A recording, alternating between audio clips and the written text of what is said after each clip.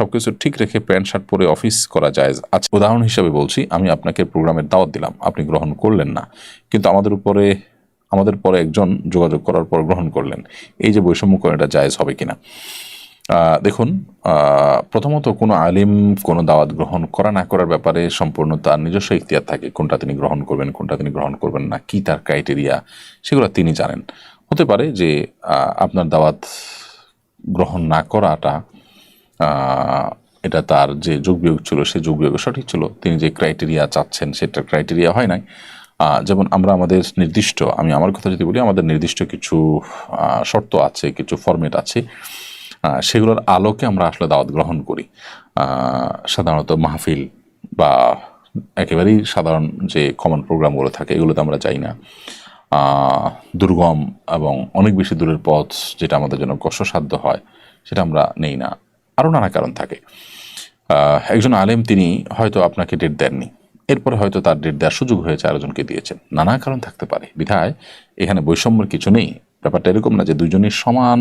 হ্যাঁ, যদি এমন হয় যে দুজনের কোনো দিক থেকে কোনো পার্থক্য নাই, আপনার ক্রাইটেরিয়া সব কিছু এক, তারপর তিনি বৈষম্য করলেন, সেই বৈষম্যের সপক্ষে তার কোনো যুক্তি না থাকলে তিনি অবশ্যই সেটি অন্যায় করেছেন বলা যেতে পারে। কিন্তু যেহেতু তিনি আসলে কোনোটি গ্রহণ করতে বাধ্য নন, সম্পূর্ণ এখতিয়ার তার, তিনি কোনটা গ্রহণ করবেন না করবেন, অতএব এক্ষেত্রে তাকে আমি দোষী সাব্যস্ত করতে পারি না। সুজন খান, আপনি লিখেছেন, সম্প্রতি আমার একজন নিকটাত্মীয় মারা যাওয়ার পর জানাজা নামাজ 2 বার পড়ানো হয়, একটি শরীয়তের নিয়মে, অপরটি মারেফতের নিয়মে। প্রশ্ন হলো, শরীয়ত, মারেফত, হাকিকত, তরিকত এসব আসলে কি, এসবের বিধিমালা কি ভিন্ন? না, আল্লাহ নবী সাল্লাল্লাহু আলাইহি ওয়াসাল্লাম যে দিন এনেছেন, সে দিনের মধ্যে ভিন্নতর কোনো বিধিমালা নেই। বরং গবেষণাগত দিক থেকে কোনো স্কলাররা নবী সাল্লাল্লাহু আলাইহি ওয়াসাল্লাম হাদিস থেকে কোনোটা বুঝেছেন, একজন আরেকটা বুঝেছেন, এরকমটি হতে পারে, কিন্তু টোটাল সিস্টেমটাই শরীয়তে একরকম, মারেফতে আরেক রকম, এরকম কোনো লেয়ারে শরীয়তকে ভাগ করা হয়নি। নবী করিম সাল্লাল্লাহু আলাইহি ওয়াসাল্লাম বলেছেন, তারাকতুকুম আলা আরদিন বাইদা লাইলুহা কানাহারিহা, আমি তোমাদেরকে একটি সুস্পষ্ট সাদা শুভ্র ভূখণ্ডের উপর রেখে গেলাম, যার রাত এবং দিন সমান।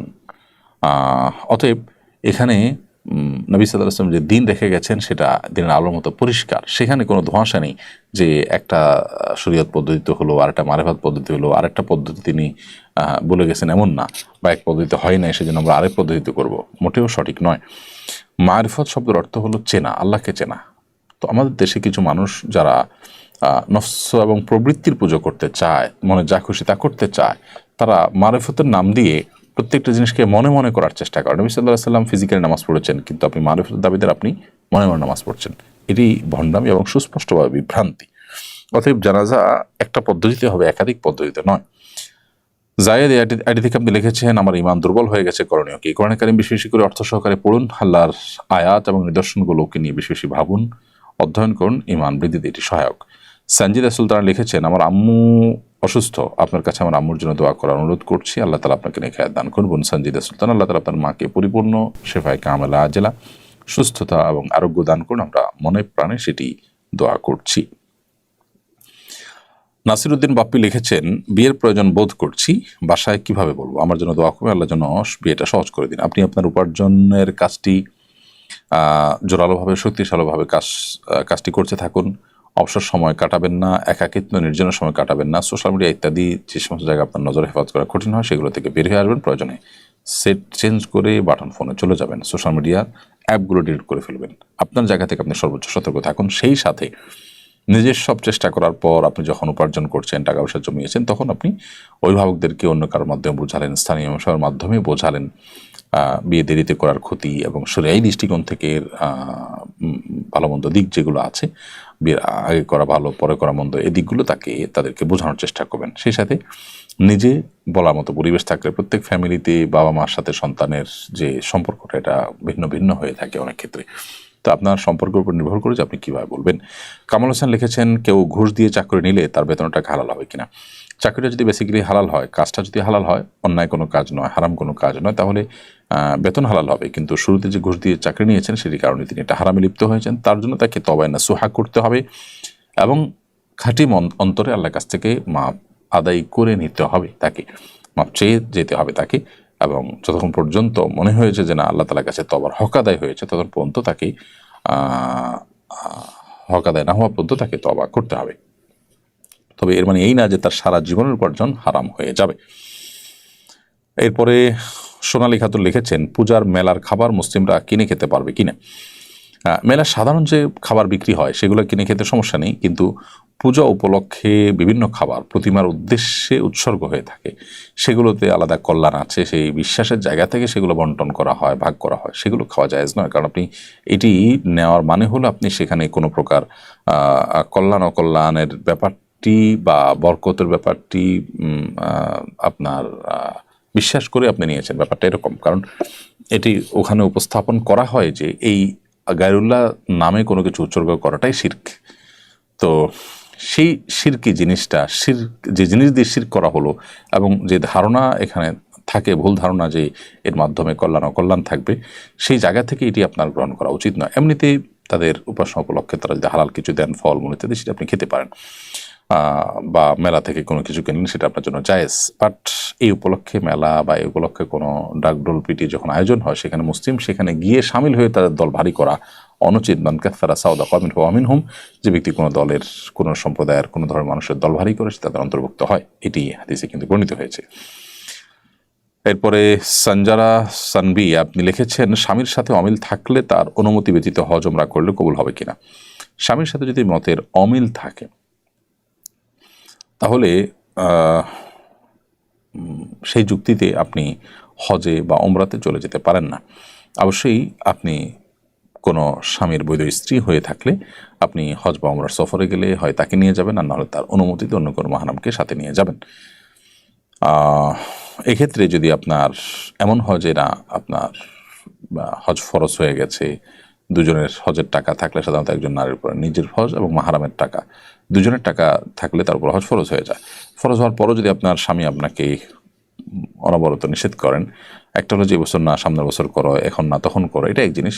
আর যদি অনবরত নিষেধ করেন, তাহলে সেক্ষেত্রে আপনি অবশ্যই শরীয়তের ফরজ আদায়ের ক্ষেত্রে তার নিষেধাজ্ঞাকে অমান্য করলে অসুবিধা হবে না, কিন্তু দেখতে হবে যে পরিস্থিতিটা ঠিক কোন পর্যায়ে আছে। আইএস রায়হান সিএফ আইডি থেকে আপনি লিখেছেন, বিদেশে যাবার চিন্তা করছি, স্ত্রীর অনুমতি নিতে হবে কিনা। অবশ্যই বিদেশে যদি আপনি স্থায়ীভাবে বসবাস বা দীর্ঘমেয়াদে কয়েক বছর থাকবেন, সাধারণত শ্রমিক হিসাবে যারা যেয়ে থাকেন, সেরকম কোনো ব্যাপার থাকলে বা পড়াশোনার জন্য গেলে তো লম্বা একটা সময় থাকা লাগে, সেক্ষেত্রে অবশ্যই স্ত্রীর অধিকার ব্যাপারটি এখানে চলে আসে। স্ত্রীর যে অধিকারটা আছে সেটি যদি আপনার ক্ষুণ্ণ হয়, খর্ব হয়, তাহলে সেক্ষেত্রে স্ত্রী আপনার অগোচরে নিজের চরিত্র খেয়াবাদ করতে পারবেন কিনা।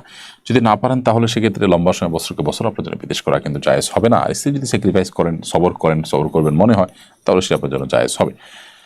মাহবুবুর রহমান আপনি লিখেছেন, শয়তানের কুমন্ত্রণা থেকে বাঁচতে কি কি করণীয়। আল্লাহর কাছে বেশি বেশি করে পানা চাইবেন, এটি হলো সবচেয়ে বড় করণীয়। আউযু বিল্লাহি মিনাশ শাইতানির রাজিম। আল্লাহ সুবহানাহু ওয়া তাআলা বলেছেন যে ওয়াইম্মা যাগান্নাকা মিনাশ শাইতানির নাজগুন ফাস্তাইজ বিল্লাহি মিনাশ শাইতানির রাজিম। শয়তান যখন তোমাদেরকে কুমন্ত্রণা দিবে বা খোঁচাবে, বিপদগামী তার দিকে নিয়ে যাওয়ার চেষ্টা করবে, তখন তোমরা আল্লাহর কাছে পানাহ চাইবে বিতাড়িত শয়তান থেকে। অতএব আউযু বিল্লাহি মিনাশ শাইতানির রাজিম বেশি করে পাঠ করবেন।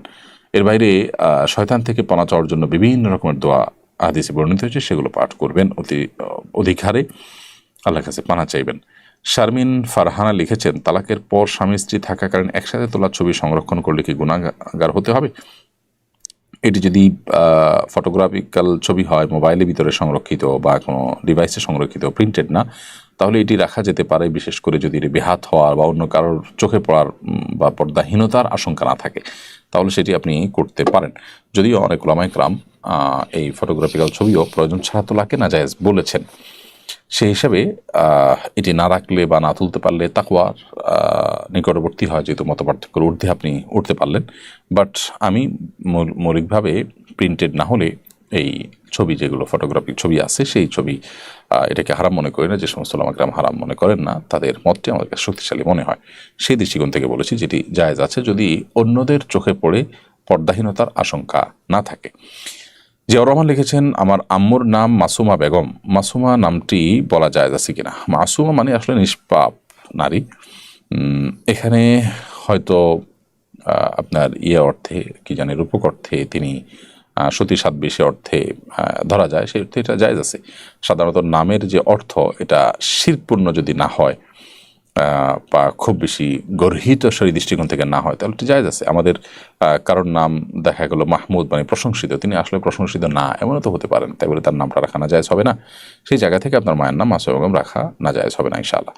উম্মাইরা আঞ্জুম আপনি লিখেছেন স্বামীর মঙ্গল কামনা যদি নফল রোজা রাখতে চাই ঠিকই জায়েজ হবে। হ্যাঁ অবশ্যই, স্বামীর কল্যাণ যেন হয়, তার মঙ্গল যেন হয়, সেজন্য আপনি নফল রোজা রাখলেন, নফল কোনো আমল করলে সেটি জায়েজ আছে। এমডি রিয়াজুল ইসলাম লিখেছেন বাংলা অক্ষরে কোরআন মজিদ পড়া যাবে কিনা। বাংলা অক্ষরে আপনি উচ্চারণ দেখে দেখে কোরআনে কারিম তেলাওয়াত করলে সেটি জায়েজ হবে না। সারা বিশ্বের সব উলামায়ে উপরে একমত, কারণ পৃথিবীর কোনো ভাষাই অন্য ভাষার উচ্চারণ দিয়ে পরিপূর্ণভাবে উচ্চারণ করা যায় না। বিশেষ করে কোরআনের ক্ষেত্রে যেহেতু আল্লাহর কালাম বিকৃতির আশঙ্কা থাকে, সেজন্য উলামায়ে কেরাম এটিকে নিষেধ করেছেন। আপনি প্রয়োজনে বাংলা অর্থ পড়ে আল্লাহ কি বলেছেন সেই মেসেজগুলো, সেই বার্তাগুলো গ্রহণ করবেন, অথবা আপনি সেখানে কোরআনে কারিমের তেলাওয়াত শুনবেন, অথবা নিজে শুদ্ধ করার জন্য চেষ্টা করবেন, কিন্তু বাংলা উচ্চারণ দেখে দেখে কোরআন তেলাওয়াত করবেন না। এরপরে মোহাম্মদ আজিজুল ইসলাম আপনি লিখেছেন আমার বাড়ি ঢাকা থেকে অনেক দূরে, এখন আমি ঢাকায় আছি 3 মাসের জন্য, এখন কি আমি মুসাফির হিসাবে গণ্য হব? ঢাকা থেকে যেহেতু আপনার বাড়ি সফরের দূরত্বে 70-75 কিলোমিটারের বেশি, তো আপনি ঢাকায় যেহেতু আছেন 3 মাসের জন্য, অতএব আপনি এখানে মুসাফির হিসাবে গণ্য হবেন না। 3 মাস এখানে থাকবেন কোনো কাজে, একটা গন্তব্য একটা ঠিকানা আপনার এখানে আছে, তাহলে আপনি এখানে মুসাফির হিসাবে গণ্য হবেন না। স্বপন আহমেদ লিখেছেন শরীরের ট্যাটু আঁকা কি জায়েজ আছে? না, শরীরের ট্যাটু আঁকা জায়েজ নেই। নবী করিম সাল্লাল্লাহু আলাইহি ওয়াসাল্লাম বলেছেন লানাল্লাহুল ওয়াশিমা ওয়াল মুস্তাওশিমা, যারা উল্কি আঁকে বা অঙ্কন করে দেয় তাদের উপর আল্লাহ তাআলা লানত বর্ষিত হয়। ট্যাটুটা তার চেয়ে তার ভয়াবহ বিষয়, এবং বিশেষ করে এটি একবার অঙ্কন করার পর শরীর থেকে এটি রিমুভ করা অলমোস্ট অসম্ভবের মতো ব্যাপার হয়ে যায়। উজুর ব্যাপার থাকে। অনেক কোম্পানি ট্যাটুর ব্যবসা করে, তারা নিজেরা ফতোয়া দেন যে ট্যাটু আঁকলে নাকি উজু হয়। চামড়ার উপরে আলাদা প্রলেপ পড়ে যাওয়ার কারণে মূলত অজু হবে না। অতএব এ ব্যাপারে সতর্ক থাকতে হবে, এটি জায়েজ নয়।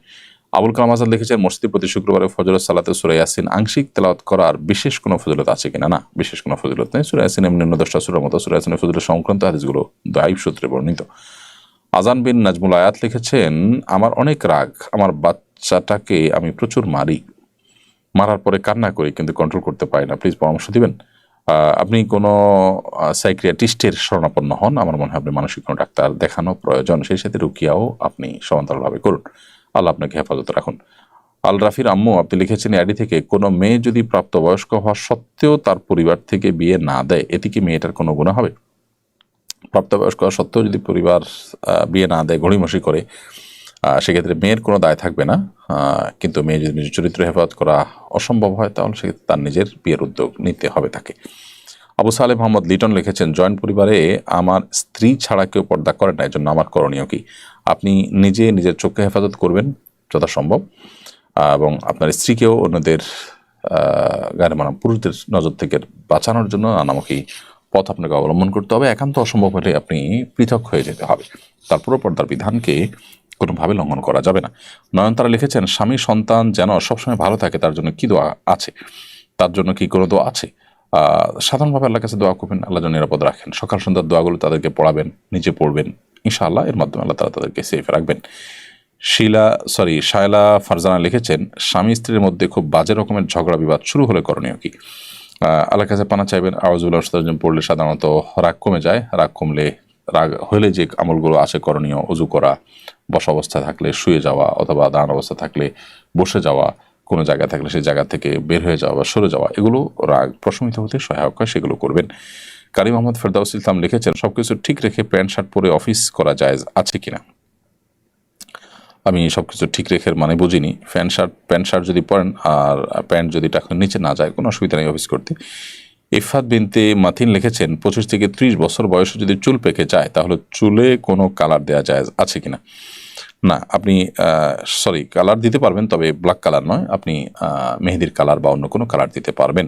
মোহাম্মদ আয়াতুল্লাহ আল মারুফ লিখেছেন সকালে ফজরের নামাজের পর ঘুমানোর পর ইসলাম কি বিধান কি? অনুত্তম, সুন্নার খেলাফ, কিন্তু কোনো কারণে যদি কেউ রাতে ডিউটি করে থাকেন, দেরিতে ঘুমিয়ে থাকেন বা অসুস্থ থাকেন, তার জন্য এটি নাজায়েজ কিংবা হারাম নয়। তবে সুন্নাহ হলো সকালে না ঘুমানো। নবী সাল্লাল্লাহু আলাইহি ওয়াসাল্লাম সাধারণত সকালে ঘুমাতেন না।